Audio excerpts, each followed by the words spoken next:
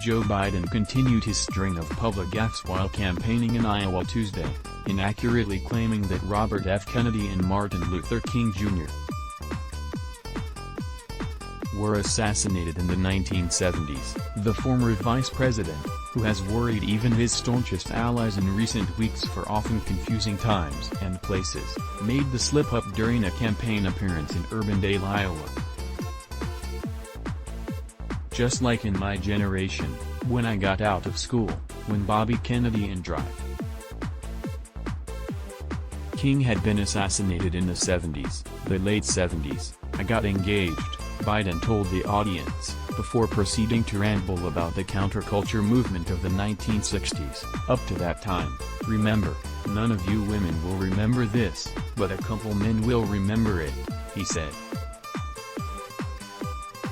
That was the time in the early to late 60s, in the early 60s, the 60s, where it was, drop out, go to Haight-Ashbury, don't get engaged, don't trust anyone over 30. Both men were assassinated within mere months of each other in 1968, a turbulent year in American history. King was killed in April 1968, shortly before delivering a speech in support of striking sanitation workers in Memphis, Tennessee.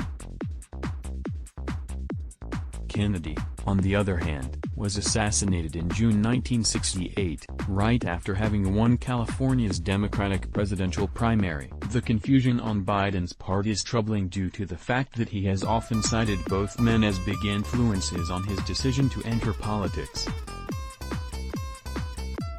Biden was supposedly so taken with Kennedy, who he once called the one true hero of my life, that he plagiarized substantially from his fallen hero during the 1980s.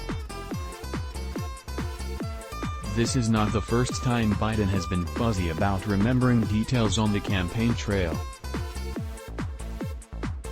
Last week, the 76-year-old former vice president got mixed up while discussing a recent speech he gave attacking President Donald Trump for fanning the flames of white supremacy.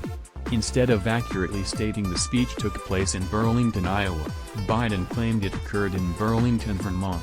Biden made a similar mistake recently when he referred to Houston and Michigan as the sites of two recent mass shootings that actually occurred in El Paso, Texas, and Dayton, Ohio. All of those lapses, however, paled in comparison to the one Biden made in Iowa earlier this month. While speaking with reporters about gun control, the former vice president worried many when confused the date of the Parkland school shooting. "Those kids in Parkland came up to see me when I was vice president," Biden said, before claiming that when the survivors visited Congress, lawmakers were basically cowering, not wanting to see them. They did not want to face it on camera. The tragic shooting, in question, took place at Marjorie Stoneman Douglas High School on February 14, 2018, more than 1 year after Biden left the White House. To help clean up after this string of embarrassments, Politico ran a story Tuesday declaring that concerns about Biden's health and mental capacity are overblown. Author Mark Caputo, interview drive. Neil Cassell, the surgeon who operated on the second of Biden's two brain aneurysms in the late 1980s. He is every bit as sharp as he was 31 years ago. "I haven't seen any change," Cassell told the establishment news outlet, just hours before Biden's latest failure of memory and an outburst at a Fox News reporter who said Senator Elizabeth Warren, DMA, is drawing larger crowds than the former vice president. "Let's block ads." Why?